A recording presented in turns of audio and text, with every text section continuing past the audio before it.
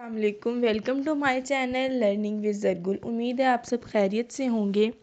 آج کی اس ویڈیو میں آپ کو بتاؤں گی رمضان کے بارے میں کیا کہا گیا ہے۔ ابن الجوزی رحمہ اللہ علیہ کا قول ہے، سال کے 12 مہینے یعقوب علیہ السلام کے بیٹوں کی مثل ہیں۔ جیسے یعقوب علیہ السلام کو اپنے بیٹوں میں یوسف علیہ السلام سب سے زیادہ محبوب تھے، اللہ سبحانہ و تعالیٰ کو بھی رمضان سال کے باقی مہینوں سے زیادہ محبوب ہے۔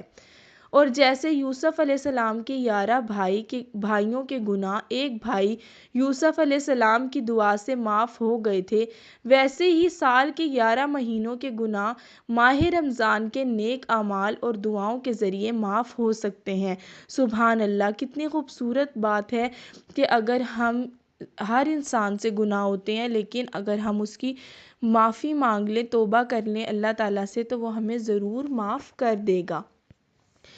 اے اللہ، ہمیں رمضان تک پہنچانا نصیب فرما اور اس میں برکت عطا فرما، اور ہمیں اس کے روزے رکھنے اور اس میں قیام کرنے کی توفیق عطا فرما، اور ہماری گردنوں کو آگ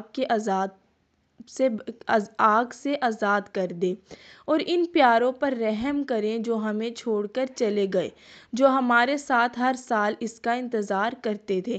اب یہ دعا آپ لوگ ضرور کریں، کیونکہ رمضان کی آمد ہے۔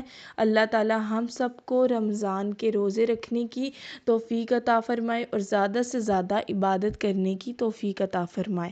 آج سے ہی نیت کر لیں کہ انشاءاللہ ہم رمضان کے تمام روزے رکھیں گے اور زیادہ سے زیادہ عبادت کریں گے، نہ صرف رمضان میں بلکہ باقی کے سارے مہینوں میں بھی انشاءاللہ۔